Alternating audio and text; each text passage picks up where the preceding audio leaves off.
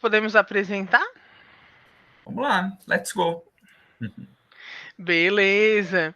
Bom, gente, então como nós conversamos antes com vocês, né, nosso vídeo anterior, nós mostramos a primeira parte do projeto para vocês. Agora nós vamos mostrar a segunda parte do projeto. É bem importante, né, que vocês tenham em mente que o que nós vimos no vídeo anterior, na semana 10, e o que nós vamos ver nesse vídeo da semana 11, completa um único texto, que é o projeto de pesquisa. Então, vocês precisam prestar bastante atenção. Isso que nós vamos conversar agora não é um novo texto, é uma continuação a partir do texto anterior. Acho que o professor Jefferson vai compartilhar com a gente, né? Isso aí. Aí nós podemos partir aqui do tutorial, como estávamos fazendo na semana 10, certo? Só lembra vocês, muito importante lembrar vocês, que a postagem vai ser feita essa semana, né? Vocês, na semana passada, vocês começaram a montar o projeto, fizeram a pesquisa de vocês, e essa semana vocês vão terminar o projeto e postar para a gente.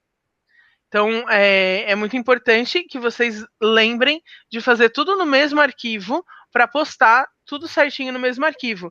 Tanto o conteúdo da semana passada, quanto o conteúdo dessa semana, certo? Semana 10 e semana 11. Então, o que eu vou conversar com vocês é um pouco sobre o referencial teórico. Vocês devem lembrar que eu falei que vocês iam usar aquilo que vocês aprenderam nas semanas anteriores aqui.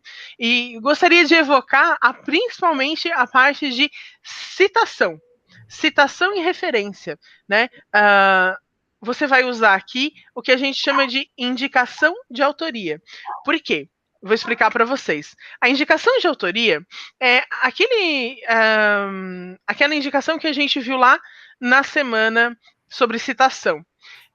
Nessa semana você aprendeu que você colocaria o nome do autor, a página e o ano, quando você estivesse fazendo uma citação direta, ou seja, retirando um texto integralmente do texto do autor.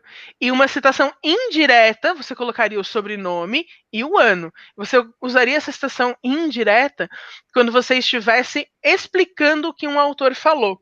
É muito importante a gente sempre lembrar que quando a gente diz que você vai escrever algo com as suas palavras, o que a gente diz é o seguinte: você leu alguns autores, se apropriou de alguns conhecimentos a partir dessa leitura e você vai escrever a partir disso. Mas a ideia continua sendo dos autores que você leu. Então você precisa colocar essa indicação de autoria como uma citação indireta. Então digamos que o professor Jefferson tenha escrito um super livro, né, sobre higiene bucal, que é o nosso tema fictício aqui, né? Então, nós lemos o livro do professor Jefferson, certo? O Jefferson Luiz de Azeredo, e ele desenvolveu algumas ideias, ele propôs algumas questões ali para falar sobre a importância da higiene bucal enquanto algo que faz parte da saúde do indivíduo, certo? E você gostou muito do que o professor falou, né, do que você leu nesse livro, e você gostaria de colocar no seu texto. Você pode colocar, você explica o que o professor Jefferson escreveu nesse livro, mas você coloca que quem desenvolveu essas ideias foi o Jefferson no ano de 2015, por exemplo, certo? Por isso que eu digo essa importância da indicação de autoria. Então, aqui o que você vai fazer? Você vai escrever um texto não muito longo, mais ou menos aí entre 300 e 500 palavras, certo? A partir daquilo que você pesquisou no Google Acadêmico, em artigos, em livros. E você vai, como diz aqui, né, esse lembrete, usar citações diretas e indiretas de acordo com as normas da ABNT. Então, o que você vai fazer? Você vai explicar tudo aquilo que fundamenta teoricamente esse processo de higiene bucal. Então você vai trazer autores, sempre mais de um autor, que falem sobre a higiene bucal. Então você escolheu lá o autor, como eu disse aqui, né, supondo que o professor tivesse escolhido, você leu o texto, né, do Azeredo 2015, digamos assim, e aí você vai dizer Azeredo 2015 desenvolve a ideia de que a importância da higiene bucal está relacionada à saúde do indivíduo. Aí digamos que você leu também digamos que a Lucy também tem escrito sobre isso, né, nossa colega, Osteto 2016. No entanto, o Osteto 2016, contrapondo ou complementando a ideia de Azeredo 2015, nos traz a ideia de que a saúde bucal também faz parte da saúde coletiva, pois a higiene bucal é algo que influencia também na sociedade como um todo, na saúde da sociedade como um todo. Vocês entendem? Então, quando você vai construindo dessa forma, você traz diversos autores para montar uma explicação. Então, você não vai escrever diretamente no sentido de você vai colocar as suas ideias ali, mas você vai buscar um aporte teórico para poder desenvolver. E esse texto vai ser para isso, para você mostrar qual foi esse aporte teórico que serve de base. Por que a gente precisa disso e não pode escrever só o que a gente pensa sobre a situação? Porque quando a gente faz uma pesquisa científica, a gente precisa de fundamentação. A gente precisa olhar para pesquisadores que têm um caminho mais longo que o nosso, um caminho mais experiente, uma formação acadêmica na área, para conseguir usar eles como base para aquilo que a gente quer dizer. Então, a sua opinião, né, o seu posicionamento, ele estará ali, mas sempre fundamentado por autores que vieram antes de você, certo? Então, acredito que seja isso, né? Mas se meus colegas se quiserem complementar alguma coisa, ou se está tranquilo. Eu acho que... eu só reforçaria que o texto, então, vai ser construído num diálogo com esses autores. Então, a importância de pensar capítulos de livros ou artigos que sejam provenientes de pesquisas, né? Que sejam resultados de pesquisa. E que, neste texto, você pode usar as citações indiretas, que são essas que a professora Fernanda colocou de forma tão brilhante, mas também você pode pegar trechinhos do texto e aí verificar dentro das normas das citações qual é a regra para citar um trechinho com menos de 3 linhas, que é uma citação direta curta, ou uma citação direta longa. Isso também é possível. Mas o referencial teórico, ele se constitui a partir desse diálogo com os autores, como a professora Fernanda colocou muito bem. Não é possível fazer um referencial teórico sem citar, no mínimo, 2 autores. É verdade. E quando a gente copia o trechinho, né, isso não é plágio, por quê? Porque você vai indicar onde começa a escrita do autor e onde termina. Então a gente sempre precisa pensar em citação da seguinte forma: a gente tem duas dimensões num texto. A gente tem a dimensão da própria escrita, né, como as palavras foram colocadas ali, e a dimensão das ideias, ou seja, aquilo que o texto expressa. Então, quando você vai fazer uma citação direta, você cita diretamente a escrita do autor e a ideia do autor. E quando você faz uma citação indireta, você explica o que o autor quis dizer, ou seja, você cita somente a ideia desse autor. E você pode fazer isso ao longo de todo o seu referencial teórico. Você só não pode, por exemplo, fazer o seu referencial teórico inteiro de citação direta. É muito importante que se faça citação indireta, porque senão você não tem uma escrita ali, você não está fazendo esse diálogo, né? Então, esse diálogo precisa existir entre os autores que você leu e essa mescla do uso de citação direta e indireta. Lembrando, claro, uma questão textual, nunca iniciar um parágrafo com uma citação direta, nem terminar um parágrafo com uma citação direta, ou fazer um parágrafo que seja sozinho uma citação direta. Essa citação direta, ela sempre precisa estar inserida no texto que você escreve, né? Acho que é importante falar isso também. Isso mesmo. Eu só ia colocar aqui uma plataforma bem bacana para buscar livros, artigos, é a biblioteca da Unesc, que ela tem uma gama aí de coleções online, né, disponível. Então, não deixe de visitar o site da biblioteca da Unesc, que é bem, bem importante. Bom, desse referencial teórico, onde vocês vão apresentar, então, né, toda a base de fundamentação de vocês seguem para a metodologia. A metodologia deverá evidenciar a classificação da pesquisa. Metodologia é o caminho, é o como que você vai fazer a pesquisa, passo a passo.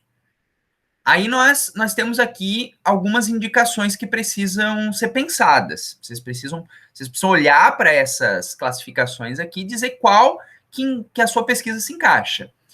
Quanto aos procedimentos, ao tipo de pesquisa, o que ela é? Ela é bibliográfica? Se ela for uma pesquisa que se consultou apenas artigos, livros, ela é bibliográfica. Só. Então, ela é um procedimento ou é um tipo de pesquisa bibliográfica.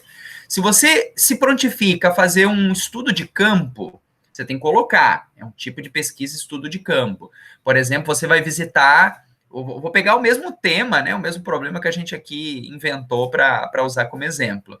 Você vai visitar escolas para analisar se as crianças estão tendo uma escovação adequada. Você está fazendo uma pesquisa de campo.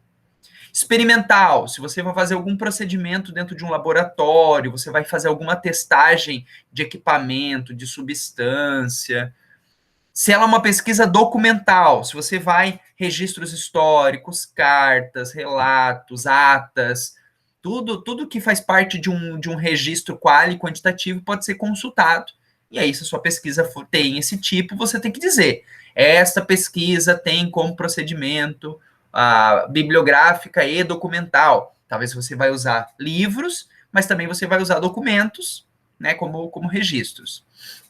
Bom, e vocês têm tudo isso nas aulas anteriores. Então, de repente, tem que ir lá consultar um pouquinho para relembrar. Na semana 9, isso também é explicado, ok?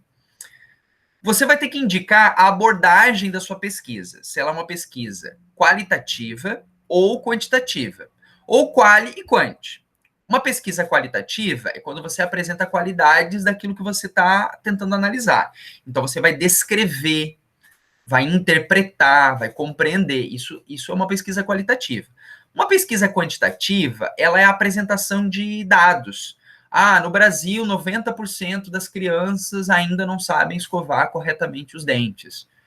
Se você ficar apresentando só esses gráficos com esses números assim demonstrativos, ela seria quantitativa. Agora, quando você, além de apresentar quantidades, gráficos e planilhas, você também faz uma interpretação disso, aí é quali e quantitativa. As duas juntas. Tá? Essa é a abordagem. Você precisa indicar que abordagem o seu trabalho pretende ter. Quanto à natureza, ela é básica ou aplicada? Quando se fala de uma natureza básica, estamos falando de uma pesquisa que ela se refere a um problema que ele busca uma explicação. E é uma explicação conceitual, abstrata. Quando é uma natureza aplicada, é quando a pesquisa assume uma função de ação. Ela tem uma explicação que ela se direciona para resolver um problema. Muito na pesquisa social é usado natureza aplicada. E aos objetivos, exploratório, descritivo e explicativo. Você precisa dizer se a sua pesquisa ela busca uma exploração de determinado problema, busca descrever uma realidade, descrever um conteúdo, ou explicar por que determinada coisa acontece, né? No caso da escovação dos dentes, da saúde bucal, explicar qual seria a melhor escovação, ou por que isso é importante. Então, de certa forma, isso se caracteriza como explicativa. E eu volto a dizer, todos esses elementos vocês encontram nas aulas anteriores. Tem que dizer qual o procedimento, qual a abordagem, qual a natureza, quais os objetivos da pesquisa. Tá? Você pode até colocar em formato de um parágrafo para cada um deles. Mesmo que fique 1, 2 linhas, não tem problema. O importante é aparecer todos esses elementos. E ainda, você deverá detalhar os aspectos referentes ao contexto de realização da pesquisa, ou seja, o local de realização da pesquisa e como será realizada. A população, a amostra, instrumentos. Então, você vai dizer, eu vou pesquisar como que as crianças estão escovando os dentes em escolas públicas da região da ANREC, da Murel, região de Criciúma. Percebe? Você precisa dizer onde que você vai realizar essa pesquisa. Qual é a amostra? Você vai fazer com crianças pequenas, bem pequenas? Vai fazer com crianças maiores, do Fundamental 2? Qual é o contingente de criança? Que instrumentos você vai usar? Você vai observar? Você vai fazer um questionário para as crianças responderem, por exemplo? Entrevistar pais, professores? Eles estão escovando os dentes, de que forma eles estão escovando? Qual é o tempo de escovação? Qual é a escova que eles estão usando? Tudo isso você, de certa forma, tem que pensar para poder realizar o seu projeto. Lembrando, né, esse projeto ele é uma atividade da disciplina, você não vai realizar essa pesquisa. O projeto já é a atividade da disciplina de metodologia da pesquisa científica. Você não precisa depois desenvolver, mas você precisa mostrar nessa atividade que você sabe elaborar um projeto para pesquisa, ok? Colegas, alguma coisa para complementar, por favor? Eu acho que é bom imaginar, assim, que quando a gente faz um projeto de pesquisa, a gente imagina como se a gente fosse executar essa pesquisa um dia. Então, é como se, assim, você faz o projeto é um plano para você, porque geralmente a gente faz um projeto de pesquisa, ele sempre passa por aprovação, né, meus colegas? Por aprovação para ele poder ser executado. Então, se você busca aprovação para executar um projeto de pesquisa, você precisa colocar exatamente como vai ser desenvolvido esse projeto, né? Por isso que precisa de todos esses detalhes que o professor Jefferson falou, mesmo sem você ir a campo nesse momento, né? Você não vai a campo, mas você precisa dizer o seguinte: olha, para desenvolver essa pesquisa que eu quero desenvolver, eu preciso ir a campo e fazer X, Y e Z. Né?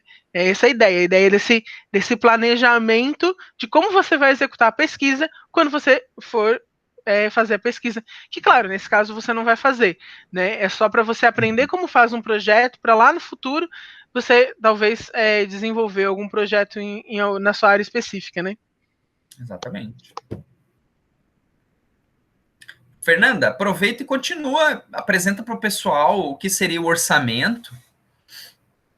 Uhum. Então, essa questão do orçamento, né, ela é uma questão bem tranquila, na verdade, porque vocês não vão precisar pensar no orçamento agora, né?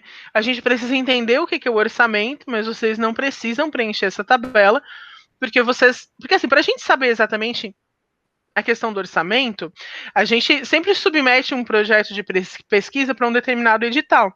Você pode ter um edital que seja da duração de 1 ano, de duração de 2 anos, de 10 meses, enfim, isso depende do edital que você vai participar. Então, o orçamento, ele também depende disso, né? Ele depende do tipo de projeto que você vai fazer e de quanto tempo que você vai executar esse projeto.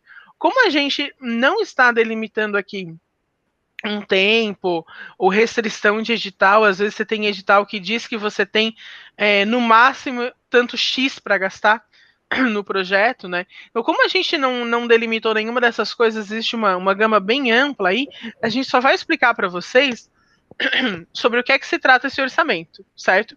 Que é o quê? Basicamente, o que você precisa gastar para desenvolver essa pesquisa.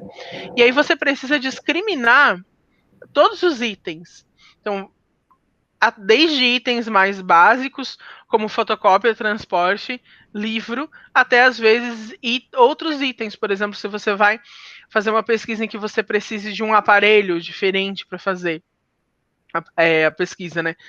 Envolve microscópio, eu não tenho microscópio, o lugar em que eu estou não tem microscópio, ou eu preciso de um microscópio específico para fazer aquela pesquisa. Então, você pode colocar esse tipo de questão no orçamento também, certo? Então, quando a gente faz o orçamento, quando a gente faz o projeto de pesquisa, a gente não pensa só em tudo que a gente vai desenvolver na pesquisa, no sentido de responder a nossa pergunta inicial, mas também em como que a gente vai fazer isso e quanto que a gente vai gastar para fazer isso. Exatamente. Daí, na sequência, nós temos o cronograma. Uhum. Então, o cronograma é um item também muito importante numa pesquisa.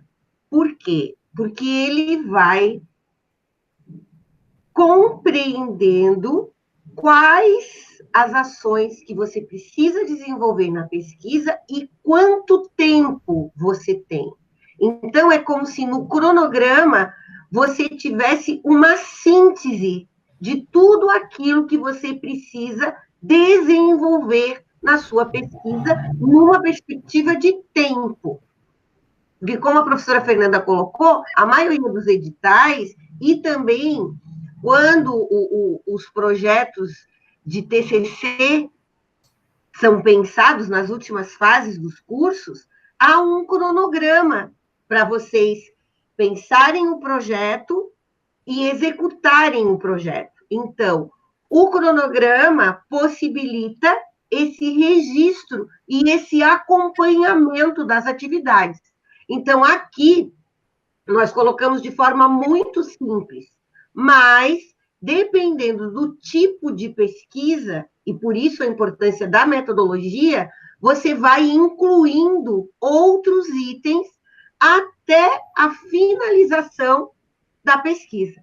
Então, o cronograma foi pensado em 2 partes, né? Lembrando que, hipoteticamente, esse projeto deveria ser executado em 1 ano.